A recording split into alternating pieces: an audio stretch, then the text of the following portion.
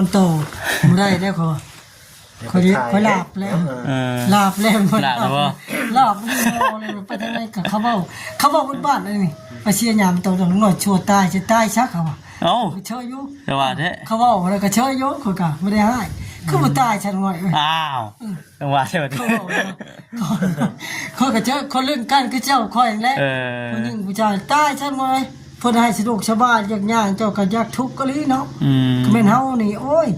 มาเฮ็ดแล้วมันย่อแม่นจะเมาเหล้าบ่บ่ได้บ่แม่นเมาเหล้าบ่ก่อนนะตาย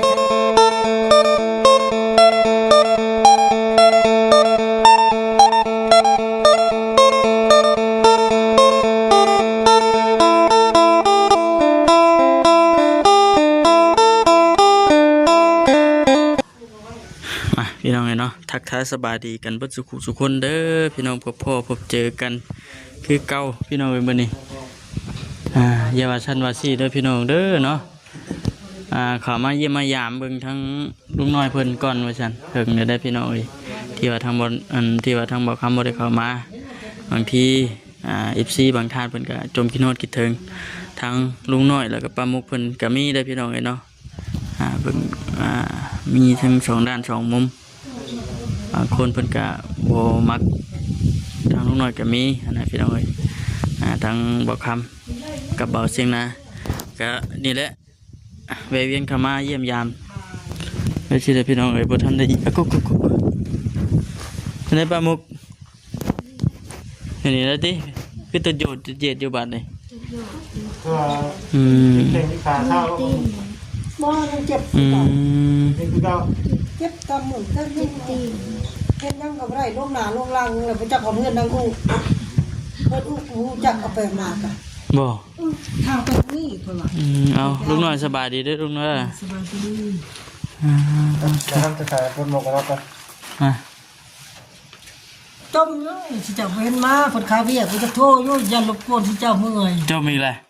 ค่อยได้จมกับป้าเจ้าเห็นมาเอาคำเบาอันเสียงหน้าเสียงพอจิตพอเช่นก็มาอยู่บ่หันไปใกล้เพิ่นถ้าได้เพิ่นมาใส่เพิ่นมาเฮ็ดน้องเตี้ยมาเมื่อใดมาอันนั้นเบิ่งชงละคั่วบ่ชงมาอยู่บ่เช่นเป็นยังคือว่าบ่หันกลับไปลักอายเพิ่นนั่นลักอายเพิ่นมันผิดแล้วยังอายนะอยากอายเพิ่นติผิดเพิ่นน่ะอยากอายติอายบ่คิดบ่เช่นอายนี่บ่ผิดเลยพอคำบ่หน้าบ่อายก็อายคือกันอายแท้ๆที่ว่าเรากันนั่นแหละมาได้ใช้จะมาใช้คนกินเนี่ยไปอันเฮ็ดหัวซอยน้องเตี้ยอันนี้น้องเตี้ยนี่บ่แม่นโอ้ง่วยเป็นเขาเป็นผู้ตอกคอยก็เป็นผู้เขาเป็นผู้ไม้คอยเองไม้เองเลยชนจับชื่อตอกพร้อมไม้พร้อมเพิ่นผู้หญิงเพิ่นย่อบ่ได้มันนักเป็นเบิดเนาะเจ้าเนาะเบิ่งไปมากันเนาะเว้ยธรรมดาเด้ใช่แล้วมันเลยเฮ็ดเข่งแล้วเรียบร้อยไปซอยเพิ่นหาสิบ่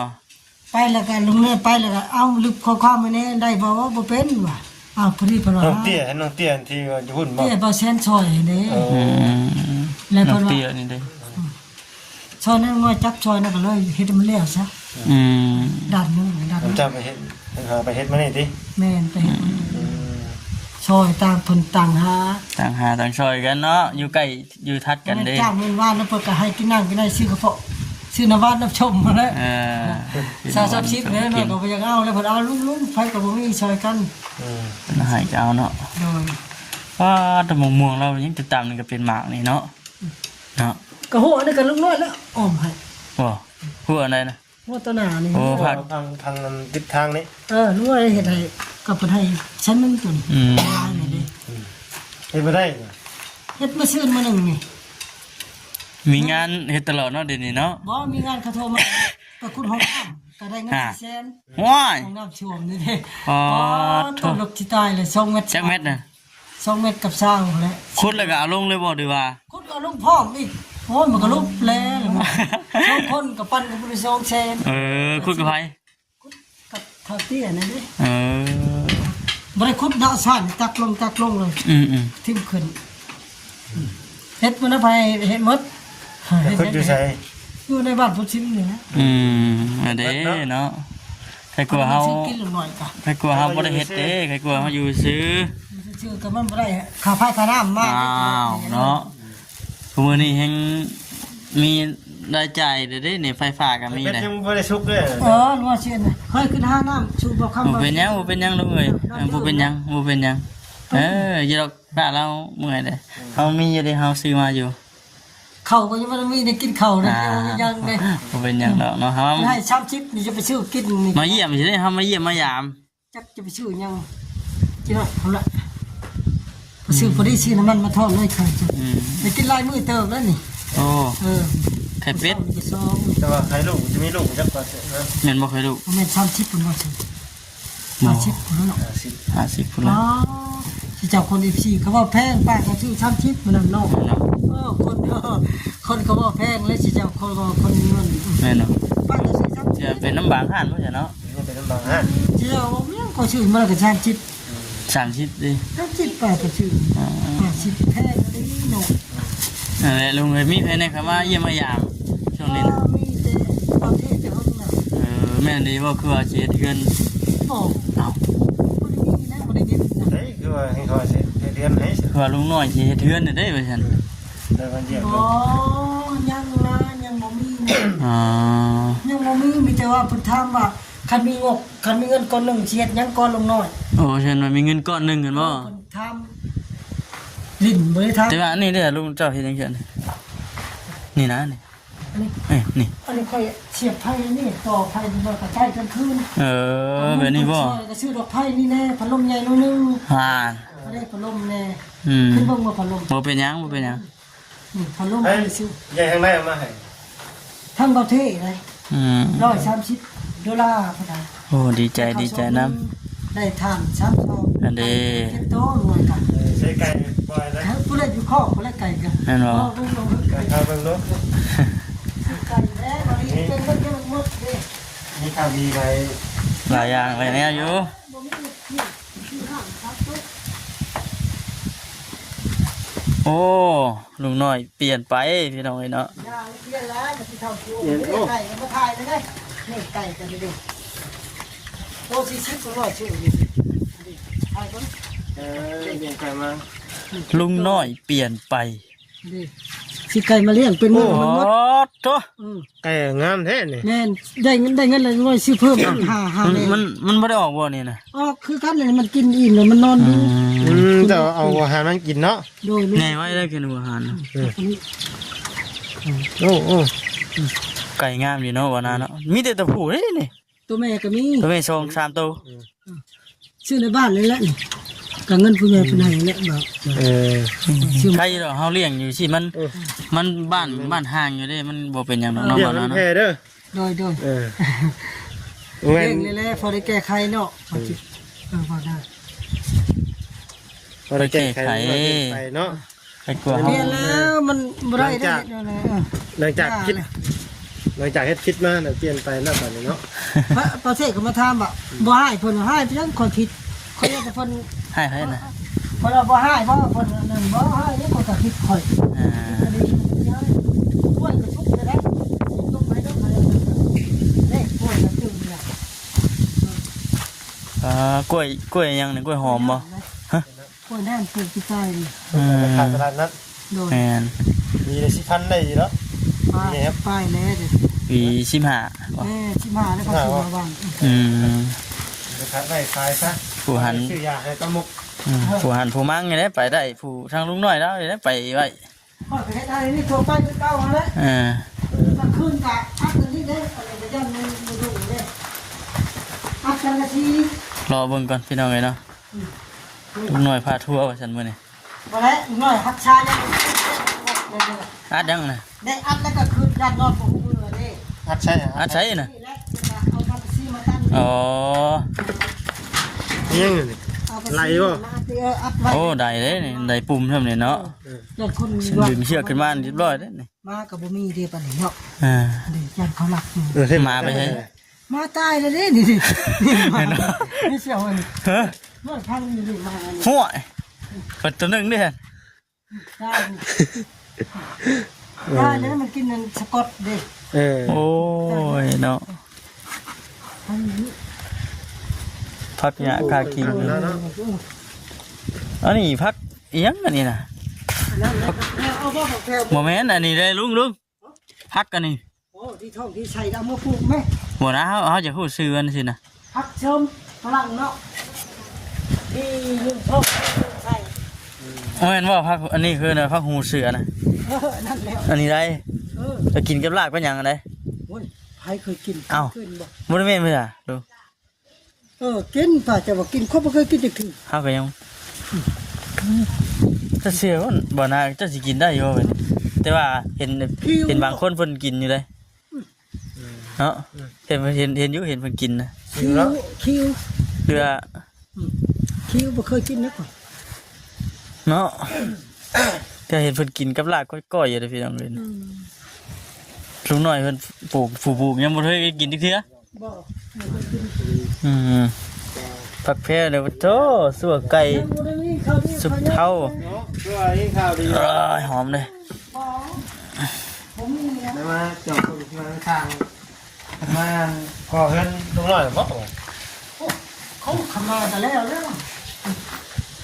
ทานซื้อขาได้เงินก้อนหนึ่งเชียดแล้วก้อนหนึ่ง จะเช็ดยังก่อนนะ เฮ็ดเฮือนแล้วบ่อยู่บ่เช่ามันแหน่ตัวนั้นไว้ตำลังผลว่านะผลว่าพื้นเชื้อขาได้เงินชดแล้วก้อนหนึ่งเชียดยังลงเฮ็ดเฮือนก้อนมันจังลบเป็ดลบพ้นได้เจ็บเป็นไข้น้ำกะอยู่สบายเนาะ แม่นหั่นแหละ ปะไปแล้วตัวมันเนี่ยมันบ่ดีบ่ขึ้นมาแล้ว มันผ่านไปแล้วครับก็ปล่อยวางไปนำ แต่ติรถแตกเขาก็ยังเปลี่ยนเนาะ อย่าเอาอย่ามาป้าเห็นเป๋เลยบ่ได้ป้าเห็นเป๋ได้บ่ เปลี่ยนแล้วทำเขาอยู่รถเปลี่ยน เราต้องเปลี่ยนนะเนาะต้องเปลี่ยนแปลง อัน แล้ นั้น ว เลยพอกับ4คนมาเขาจะทำอยู่บ่ติรถเช่าแต่เปลี่ยนมันว่าเขาจะทำเขาบอกว่าจะซื้อจุอันเบาตี้เบาหยังอันเบาไล่เบาเราเบายังไง เอาเป็นยังลุงเลย เบาหยอกไปเฉย แม่น ก็ต้องเปลี่ยนเนาะมันจะขี่ไปเลยมันกงมันก็คดเลยบ่ เธออันแต่ว่าไปเฮ็ดหยังเจ้าเฮ็ดหยังงอนหั่นกินไปช่วยเพิ่นบ่ อ๋อลงไปเก็บตะปูผลปะนั่นดิ โอ้เก็บมาไว้ตอกหัวตอกแค่เฮาสิ บ่แล้วตะปูกี่เมียงก็เอาไว้ให้เวียดแล้วเฮ้ยโน่นเออ โน่นไทย หาเก็บไว้แล้วติเล็กน้อยแล้ว จื่อแต่ว่าเป็นเล็กเป็นลาเนี่ยมันเอาเบิดเนาะ ซื้อหมด ซื้อเบิด แต่สังกะสีเขาซื้อหัวบ่ได้ขอเพิ่นซื้อให้ขายบ่ได้ โอ้เนาะ มันตับมันโตบ่ได้แล้วขอขอลาบแล้วลาบแล้วลาบมันเลยไปทางไหนก็เขาเว้าบ้านนี่ไปเสียยามโตจังน้อยชั่วตายสิตายซักเขาว่า เอ้า เชยอยู่ แต่ว่าแท้ เขาเว้าแล้วก็เชยอยู่เขาก็ไม่ได้ให้คือบ่ตายฉันว่า อ้าวจังหวะใช่บ่ เขาเว้าเขาก็เจอคนเล่นกันคือเจ้าคอยนั่นแหละ ผู้หญิงผู้ชายตายฉันว่าเพิ่นให้สะดวกสบายย่างๆเจ้าก็อยากทุกข์ก็ลีเนาะก็แม่นเฮานี่โอ้ยบ่เฮ็ดแล้วบัดนั้นย่อแม่นจะเมาเหล้าบ่ได้บ่แม่นเมาเหล้าบ่ก่อนนะตายฉันว่าเอ้ยบ่อยากตายแล้วยาแล้วมันบ่เฮ็ดดอกเขาเว้าก็ วันนี้หลับเลยดิหลับเท่าตายมันนี่บ่ ลาบแล้วลูกก็ยังบอกอยู่ว่าลูกก็น้องจัง แต่ลูกบ่ได้มาบ่ มาบ้านชื่นมาสู่มักไม้ให้น้องเจ้าให้แม่ป้าเจ้าบ่มีเงินน้อง โอ้เนาะเพิ่นก็ต้องใช้ภาระเพิ่นเนาะเพิ่นเฮียนหาเงิน มักไม้มักตอกเขาแล้ว ทำเฮียนส่งเจ้าของเฮียนเฮ็ดจบปีนี้ จบเป็นจักสิเฮ็ดยังไงจบเป็นจักมีเงินหรือบ่มีเงินบ่ฮู้นำเพิ่น ลูกชายบ่ โอ้แสดง มาส่ง ว่า คาเดียวกับเมื่อเลยได้ โอ้เพิ่นก็ถือว่าอดทนอยู่เลยมีค ใคร วาม จ้า สาง มาร ขั ถ บ อ รถ ยู่ ไปแก้เครื่องของไปได้ขับรถก็เป็นได้น้องจัง มันใจนี่ รถใหญ่เด้อวิโก้วิเก้รถฟูจิโน่ก็เป็น ขับรถใหญ่ยังบ่ขับรถสิบ่ถึงขับแต่รถน้อยเลยแก้เครื่องมันนี่เด้ขายเสื้อผ้าซื้อหนัง ก็ นี่ ไปหารับจ้าง เราขับรถไอ้เต็กตะกี้กะ ที่จบมาก็ครับรถเขาเจ้า ได้คือกันเนาะวัน และมันก็สิไปเป็นอันนี้แหละมันสิไปเป็นภายอันนี้เด้ ภายอะ วัน4วันชมนี่นะ โอ้ บ่มันหนักมันไปเลยจ้างจีนจ้างเดือนหนึงเท่านั้นมาชามมือมาเลยจีนจ้าง มันหนักป่ะ นักและแบกน้ำเป็นยังลำดูไปปักซี มันบัดบ่ ป้า แม่น เอาเงินแล้วบ่ได้เอาเงิน บ่แม่นแต่แค่ขับรถอย่างเดียวติ ชงเครื่องชงของพร้อมแล้วแบกน้ำแบกใน สมั ป้าย เอา ปี เงิน นั้น เงิน เนาะ ก็บ่เอาเลยน้องจัง หนัก เราจะไปเฮ็ดแบบนี้นะ เป็นคอมเป็นยังได้ อืม คำว่าได้เฮ็ดนะ จ้างมาแล้วเนาะได้เห็ดยังก็เห็ดนั่นมันบ่มีตามบ่มีอะไร ให้เมื่อใดเจ้าบ่ได้ไปเฮ็ดเวียกแค่เจ้าอยู่เฮือนได้ติ ก็อยู่นั่นนี่เลยไปลิ้นน้ำผู้ชาชากับมาลิ้นน้ำก้อยเศร้านี่กันกินยังน้อยตับแจ่วเล่นไปตลาดดิน้อยเห็ดไปนั่นนี่แหละน้อยกันมันเป็นวันนึงนะเขาก็พูดชื่อให้แล้วหาเงินเพิ่มเขาซื้อให้2-1บ่50 โลเช่นเป็นการลุงน้อยไปซื้อเอง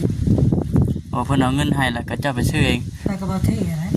เงินประเทศมาบอกมาให้กัน2,358,000แล้วก็คบกินเน่กันแต่มือต่อมาก็เช่าลาอ้วนเลยก็$130แต่ว่าลุงน้อยบ่ได้เต็มแต่ร้านนึงกับของกินพร้อมป้ายมันก็ซื้อของกิน$30ก็ถือว่าโชคดีอยู่ได้ที่ว่ายังมีผู้รักผู้ใหญ่เพิ่นยังผู้สงสารก็ยังมีอยู่แล้วคนเฮาผู้ที่ว่าเพิ่นสิได้ทางบ่คำก็เลยบอกทาง FC ก่อนสิเปิดคลิปมาอบรมกับลุงน้อยว่าบางทีก็มีผู้ที่ยังคิดฮอดคิดถึงลุงน้อยเพิ่นก็มีบางอีกมุมมองนึงก็ผู้ที่บ่มักบ่ชอบลุงน้อยก็มีกันนะก็บ่ได้ให้ได้เฮ็ดอันนี้แต่ว่าเฮาก็เลยเข้ามาเยี่ยมมายามเบิ่งนี่แหละไปสิแล้วมาถามไทยไปสิแล้วนะพี่น้องเอ้ยเนาะให้มาแล้วก็น้อยผิดเองเนาะก็บ่ได้ให้บ่ได้เฮ็ดเพิ่นได้รู้ว่าเป็นกรรมเองนี่แหละอย่าตัวเองบัดนี้เนาะย่าแล้วตามสไตล์บ่มันไปดีมาดีแล้วเนาะไม่ก็เฮ็ดเนาะแต่บ่มีไปขายบ่เฮ็ดบ่บัดนี้ที่ได้เฮือนนี่มันเละเดี๋ยวหมูมีได้เอาไปขายบ่ย่าแล้วบ่เฮ็ดได้บ่ได้ติบ่เฮ็ดเด้มันซอยมาแต่ยังสิขายอยู่เนาะบ่คิดแล้ว55ปีนี่แหละบ่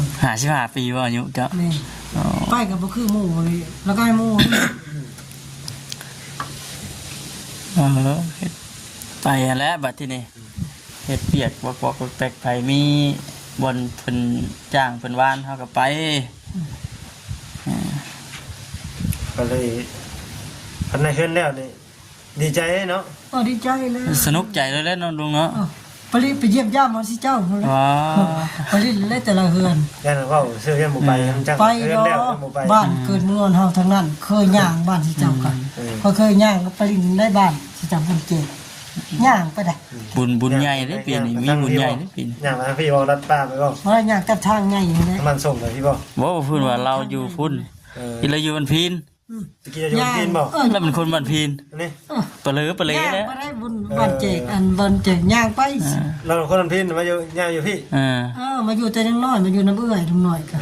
มาลูกเอาหลานให้เพิ่นกันใหญ่อยู่พี่เป็นคนอยู่พี่เลยบัดน่ะคนพี่เลยคนมาเพิ่นชิมเลยบัดเนาะว่ายังใหญ่ก็มีบ่ได้เนาะอยู่นี่เนาะ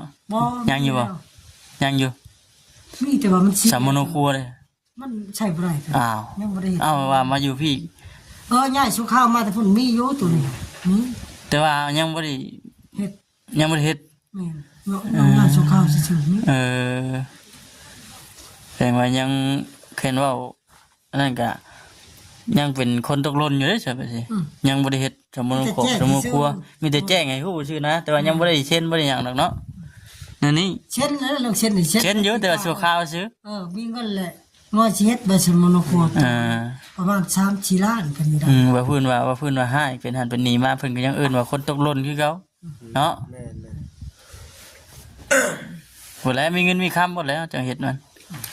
บ่ยากดอกนะดีมีแฮงมีแต่ว่าใส่ทั้งมาคำเป็นอารมณ์ต่อทั้งมาในใส่จบชิปก่อนไปอารมณ์เนี่ยนั่งหัวกับลุงน้อยใช่ไหมเนี่ยเนี่ยว่าได้ข่าวดีมาลุงน้อยอยากมีข่าวดีอยู่เราอยากมีข่าวดีมาต้อนลุงน้อยเด้อสบายดีนี่แหละลุงเอ้ยมีแต่อดทนไปสู้ต่อไปเนาะสู้ต่อไปนี่แหละเฮ็ดจังได๋ซะมันตักไปแล้วปะไปโอ้ยจะมันโอ้ยได้เลยไข่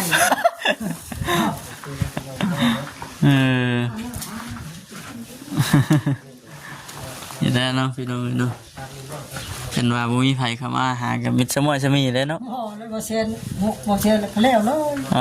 อ เฉียดเลยเลย แนมเบิ่งไปเบิ่งมาก็งามเลยคือลุงน้อยนี่ ก็ว่าจะแช่งามมาแล้ว เมื่อยแต่ท่วงหน่อยดิ กันแล้วเพื่อนนี่เอาสีขาวหน่อยงามทาสีขาวหรือว่าสีไข่เนาะ เอาเรื่องว่าเรื่องสีเห็นบ่ กันแล้วก็เฮ็ดอันนี้นะ มันก็ขึ้นอยู่กับเจ้าของเฮือนนั่นแหละมักสีใดคือมันว่าเพิ่นว่าเฮือนแล้วหั่นนะ โอ้กันแล้วก็สิเจ้าก็มาแล้วใบอันนั้นก็จดไว้อยู่ แน่เนาะ โอ้คอยบ่ได้โทรยันเจ้าเมื่อยเจ้าเมื่อย เออเนาะอิหยังกินฮอดกินถึงโทรไปเด่นบ่มีหยังเนาะมาเยี่ยมเบิ่งไว้มื้อนี้ก็แวะเข้ามาเยี่ยมมายามเบิ่ง มาลอยกระจม นี่กินฮอดกินถึงว่าซั่นติ รอดแล้วพิดคอยเอง โอเคลุงหน่อยมีแต่สิจบคลิปก่อนเด้อโอเคลุงเอาสบายดีพี่น้องเอ้ยเนาะอยู่ดีมีแฮงเด้อพี่น้องเด้อสบายดี